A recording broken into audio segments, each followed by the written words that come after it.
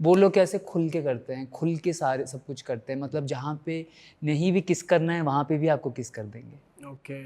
तो आपने गए हो, मतलब you go down on everyone? Of course, अब फिर सीन कैसे बनेगा, अच्छा, स्टेप बाय स्टेप सब होता है, तो आई हैव टू। तो आप उस टाइम सोचते यार हाइजीन का और ऑफ कोर्स वही हाइजीन, तो मैं जैसे ही बोलता हूँ I always carry wet wipes, मेरा हमेशा एक पाउच रहता है, तो उसमें वेट वाइप्स होते हैं, टॉवल होता है, पानी। आज भी लाए हो आप? इसके बाद कहीं जाओगे? नहीं, कुछ कुछ तो है, सब नहीं है, बट वहीं पे मैं एक पानी का बॉटल सब रखता हूँ। मैं उनको कान में बोलता हूँ जाओ थोड़ा क्लीन करके आओ। भाई आपका कुछ लॉन्ग टर्म विजन भी है, जैसे अगर आप एक एक्टर की तरह वो काम कर रहे हो and you are making good money, very good money, तो आप कभी सोचते हो अगर मैं प्रोड्यूसर बन जाऊं या मेरा ही चैनल हो, मैं ही कंपनी, मेरी कंपनी हो, तो मैं कितना पैसा बनाऊंगा उस वे में? आप सोचते हो कि मैं प्रोड्यूस करूंगा कभी आगे चल के? इस इंडस्ट्री में आई डोंट वांट टू, क्योंकि मैं पहले बहुत सेफ खेलता हूँ। I don't work in India. Producer बनूंगा तो मुझ पे और नज़रें आएंगी, और मुझे दोस्त लोग भी बहुत धमकियाँ देते रहते हैं, झगड़े होते हैं, कुछ ना कुछ कोई बोलता है।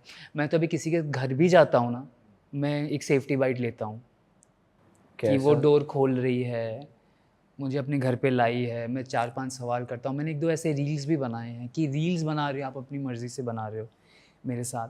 तो मैं अगर प्रोड्यूसर बनूँगा, मुझे लगता है कि लोग मुझे परेशान बहुत करेंगे, क्योंकि मुझे पता है मेरा ओटीटी बहुत जल्दी बूम कर जाएगा, क्योंकि ऑडियंस का एक फेथ है, एक्ट्रेसेस का फेथ है, तो सबका मार्केट डाउन हो जाएगा। मुझे सब बोलते भी है, कुछ लोगों ने तो बना के रखा है, मैं बस साइन करना है, बट मुझे नहीं करना है। तो as a producer I don't see myself. अगर मुझे टेलीविज़न या फिल्म्स में प्रोड्यूस डायरेक्ट करने का मौका मिले, मे बी, बस इस इंडस्ट्री में मैं एज एन आर्टिस्ट काम करता हूँ, दैट्स अबाउट इट।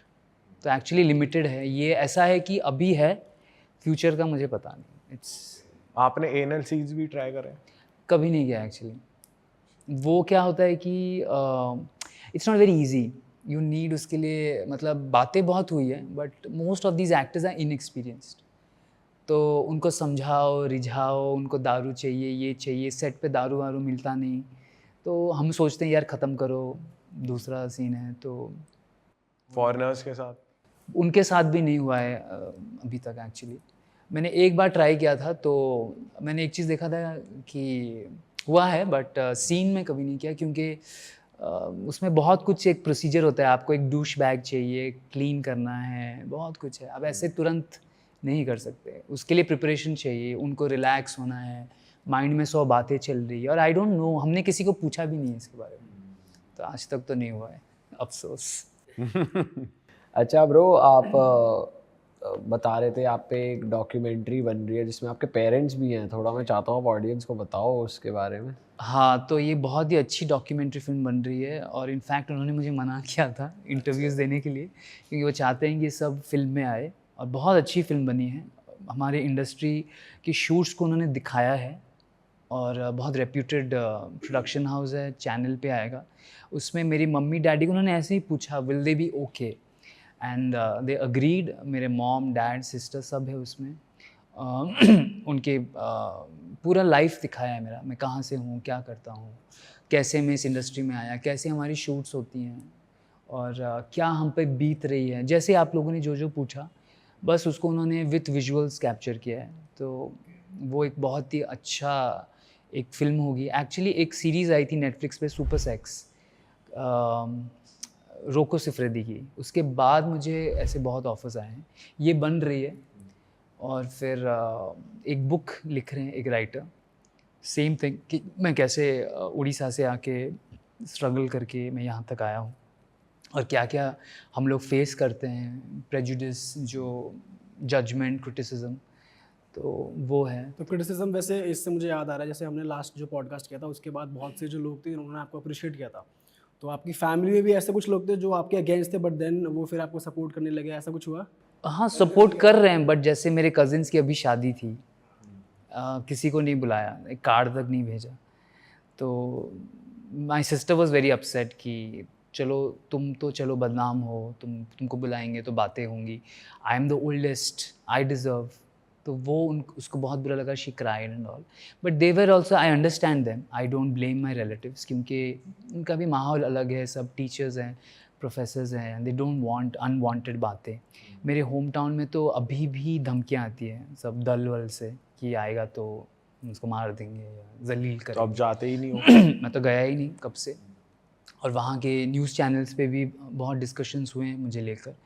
तो रिलेटिव्स तो बात ही नहीं करते कुछ, और शादियों में तो बुलाते नहीं मुझे, ना ही मुझे, मेरे फैमिली को भी किसी को नहीं बुलाते। उनको लगता है कहीं ना कहीं आएंगे तो शायद टॉपिक उठ जाएगा। और ये धमकियाँ फैमिली को भी मिलती हैं क्या? हाँ, मेरे सिस्टर को बहुत परेशान करते हैं। मतलब जैसे अभी राखी था, उसने एक फ़ोटो डाला, उसको बहुत ट्रोलिंग की।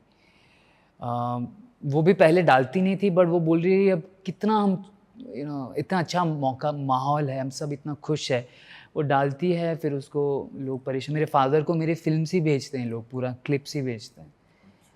That's very disgusting but it's okay, but and they have accepted मी। और पापा तो अभी जैसे हम लोग कहीं भी जाते हैं तो हम लोग कहीं बैठे हैं, लोग आते हैं सेल्फीज़ लेते हैं, तो पापा भी देखते हैं कि इसके भी सेल्फीज़ ले रहे हैं, क्या क्या पूछ रहा था, क्या बोल रहा था, मुझे पूछते हैं कौन से सीन की बात कर रहा था वो? कौन सी फिल्म देखी है। मैंने बोला पापा इतने डीप में मत जाओ। फिर मम्मी मैं पापा सलोन गए थे क्योंकि पापा को बीमारी है, तो उनको हर टाइम 2 साइड पे लोग चाहिए। He has Parkinson's disease, he is on a wheel chair. तो सलोन लेके गए थे, तो मम्मी जाती बोल देख तेरा फ़ैन, देख तेरा फ़ैन, सब तुझे देख रहे हैं, ये देख तेरे पास आ रहा है, आ गया। फिर वो आया, सेल्फी लिया जो भी, तो देख तुझे देख रहा है, देख तेरा वीडियो खोल के देख रहा है, ओह गॉड यहाँ पे भी देख रहे हैं। तो मम्मी भी बहुत फ़नी हो गई है, इन्जॉय मतलब देखती देख तुझे देख रहे हैं। तो ये सब आजकल हो रहा है। तो मेरी बहन भी जैसे सामने बैठी है हम लोग, तो बोलते देख तुझे मुड़ मुड़ के देख रहे हैं, देख तेरा फ़ोन खोल के हाथ में। तो अभी फैमिली चिल्ड आउट है और मुझे वही खुशी मिलती है कि माय फैमिली इज़ ओके। कभी ऐसा हुआ है कि फैमिली के साथ हो और कोई वैसे परेशान कर रहा है बंदा कि भाई बोल रहे हैं, कुछ कह रहे हैं नेगेटिव वे में? मेरे सामने I tell you nobody has ever, everybody has been very kind, respectful, और टचवुड ऐसा ही हो। सामने तो आई बीन कुछ ऐसा बोलते हैं सर कुछ और ट्राई क्यों नहीं करते आप, इतना मतलब अच्छे दिखते हो कुछ, तो वो मुझे बुरा लगता है कि फिर करना होता तो मैं खुद ही कर लेता ना। तो लोग आते हैं सेल्फी लेते हैं, सर आपके हम फ़ैन हैं, सर फिल्मों में ट्राई कीजिए ना, क्यों ये सब छोड़ दीजिए ना। तो मेरी फैमिली फिर थोड़ी मायूस हो जाती है, बट इट्स ओके।